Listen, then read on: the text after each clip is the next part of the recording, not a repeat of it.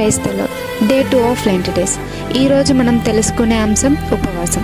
అసలు ఉపవాసం అంటే ఏమిటి?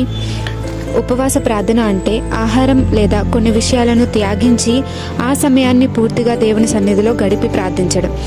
ఇది ఆత్మను బలపరచడం, దేవుని చిత్తాన్ని తెలుసుకోవడం, మనం అడిగిన విషయాల్లో దేవుని సహాయం పొందడం అనే ఆత్మీయ ప్రార్థన.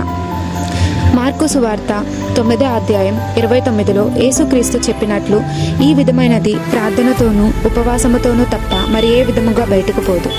ఉపవాసం ఉండేటప్పుడు దేని గురించి మనం ఉంటున్నాము అంటే ఏ విషయం గురించి మనం ప్రార్థన చేస్తున్నాము, ఏ సమస్యల గురించి మనం బయటకు రావాలని ప్రార్థన చేస్తున్నాము, పాప విమోచన లేదా ఎడిక్షన్స్, చీకటి శక్తుల నుంచి బయటకు రావడానిక లేదా ఆశీర్వాదం పొందడానికి దేని గురించి మనం ప్రార్థన చేస్తున్నాము, దేని గురించి మనం ఉపవాసం ఉండి ప్రార్థన చేస్తున్నామో తెలుసుకుని ఉండాలి.